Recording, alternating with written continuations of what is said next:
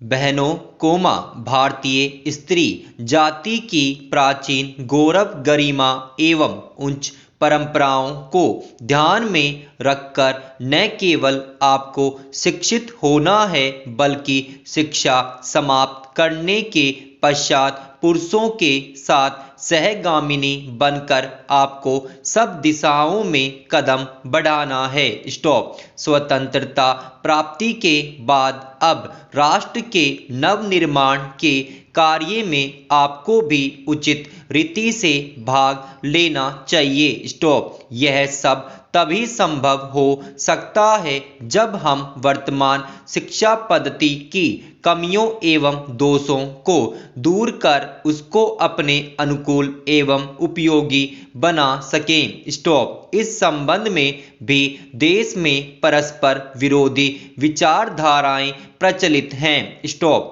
आधुनिक सुधारवादियों या जो अपने को प्रगतिशील कहते हैं, उनकी धारणा यह है कि बालक बालिकाओं को एक साथ शिक्षा दी जाए और दोनों की शिक्षा प्रणाली एक सी हो। स्टॉप। उनका यह भी विचार है कि स्त्रियों को न केवल शिक्षा पद्धति से ही बल्कि अन्य क्षेत्रों में भी पुरुषों के बराबर के अधिकार मिलने चाहिए तथा उन्हें संपूर्ण सामाजिक स्वतंत्रता होनी चाहिए। स्टॉप।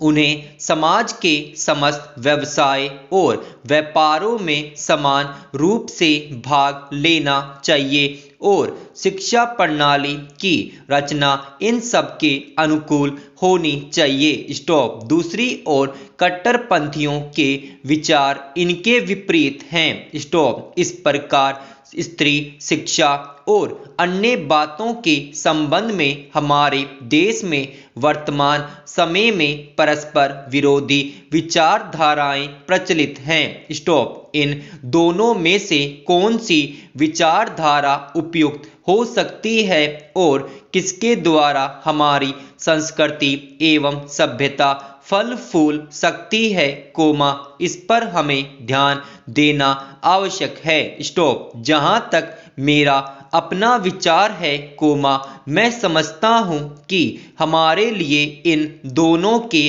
बीच के मार्ग को अपनाना श्रेयस्कर होगा। स्टॉप। पैराचेन। वर्तमान शिक्षा पद्धति के आदर्श एवं उद्देश्यों में जो दोष पाए जाते हैं, उनके अतिरिक्त वह बहुत महंगी सिद्ध हो रही है। स्टॉप। प्रति वर्ष हम अपने शिक्षालयों द्वारा हजारों विद्यार्थियों को तैयार करते हैं, जिनमें से बहुतों को नौकरियां न मिलने पर जीविका चलाना बहुत कठिन हो जाता है। स्टॉप। इस प्रकार हम अपने शिक्षालयों द्वारा जहां काफी संख्या में विद्यार्थी बेकार तैयार होते देखते हैं, वहां फैशन परस्त भी तैयार होते देखते हैं। स्टॉप। हमारे साधारण गृहस्थ घरों की लड़कियां जब प्रारंभ में आधुनिक शिक्षालयों में प्रवेश पाती हैं, तो धीरे धीरे वे भी वहां की फैशन परस्ती की शिकार हो जाती है और सुंदर सुंदर बहुमूल्य साड़ियां एवं भांति भांति की साज श्रृंगार की वस्तुओं की नकल करने लगती हैं, जिससे अपने माँ बाप या अभिभावकों को पर्याप्त मात्रा में व्यय कराने के संकट में डाल देती हैं। स्टॉप। ऐसी शिक्षा प्राप्त कर जब वे स्कूल या कॉलेज छोड़कर जाती हैं, तो उनका जीवन भार स्वरूप होने का भय रहता है, क्योंकि जीवन के कार्य क्षेत्र में वह अपव्ययी शिक्षा पद्धति धनोपार्जन के उपयुक्त सिद्ध नहीं हो सकती। स्टॉप। यह नौकरी की आशा भी पूरी नहीं कर सकती और अंत में यह शिक्षा उनके लिए निकम्मी मालूम पड़ती है। स्टॉप। इसलिए हमें सचेत होकर सोचना है कि क्या वर्तमान शिक्षा पद्धति ही हमारे लिए उपयुक्त है। स्टॉप। पैराचेन। महोदय, कुछ समय बाद जैसे ही समाचार पत्रों में बहुत से लोग काम करने लगे, और उन प्रकाशन कार्य के लिए व्यवसाय यंत्रों की आवश्यकता पड़ी, इस कार्य ने उद्योग का रूप धारण किया। निःशुल्क प्रचार अथवा सेवा की भावना अब अव्यावहारिक जान पड़ी और प्राय लुप्त हो गई। समाचार पत्र उद्योग का यह विकास संभवतः स्वाभाविक है और आधुनिक विचारधारा के अनुरूप है। फिर भी, यद्यपि पत्रों का प्रकाशन एक उद्योग के रूप में होता है, समाचार पत्र स्वदेशी राष्ट्र सेवा की भावना तथा नैतिक दायित्व से एकदम मुंह नहीं मोड़ सकते। यह भी स्वीकार करना होगा कि इस उद्योग की यथोचित उन्नति के लिए यह आवश्यक है कि दूसरे उद्योगों की भांति यह भी उन सभी साधनों से संपन्न हो जो अन्य उद्योगों ने या तो प्राप्त कर लिए हैं या वे उनकी प्राप्ति के लिए प्रयत्नशील हैं। इसलिए यह सभी के हित में है कि समाचार पत्र उद्योग उन्नत हो और इसका आधार अधिक से अधिक ठोस हो। इधर कुछ वर्षों से हमारे देश के समाचार पत्रों में जागृति की लहर आई है।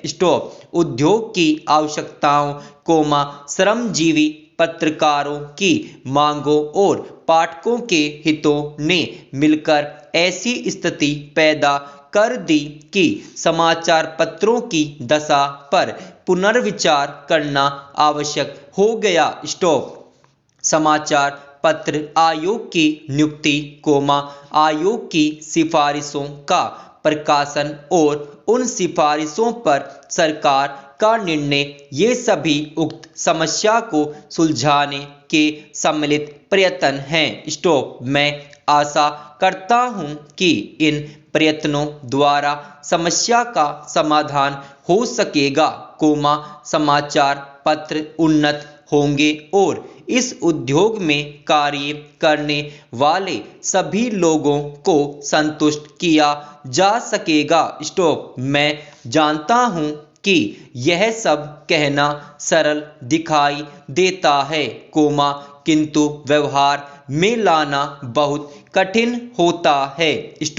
परंतु मुझे सुशिक्षित श्रोताओं से यह कहने की आवश्यकता नहीं कि मानवीय गतिविधि के सभी क्षेत्रों में, चाहे वह राजनीति, उद्योग अथवा प्रशासन का क्षेत्र हो, विभिन्न हितों और विचारों में सहयोग की भावना से राष्ट्र तथा समाज के हितों को सामने रखकर सामंजस्य स्थापित करने का प्रयास आवश्यक है। मैं इतना निराशावादी नहीं कि मैं यह समझूं कि वे लोग जिनके सुझाव बड़ी बड़ी समस्याओं को सुलझाने में सहायक होते हैं, निजी समस्याओं का निपटारा करने में असफल रहेंगे। हाल में भारतीय संसद ने इस संबंध में जो अधिनियम पास किए, उनका उद्देश्य समाचार पत्रों की समस्याओं को सुलझाना है। यह कहना अनावश्यक होता कि कोई भी अधिनियम, चाहे वह किसी भी क्षेत्र में सुधार के लिए लागू किया जाए, प्रभावपूर्ण रूप से तभी कार्यान्वित हो सकता है जब सभी संबद्ध दल उसे सहयोग की भावना से ही कार्य रूप दें।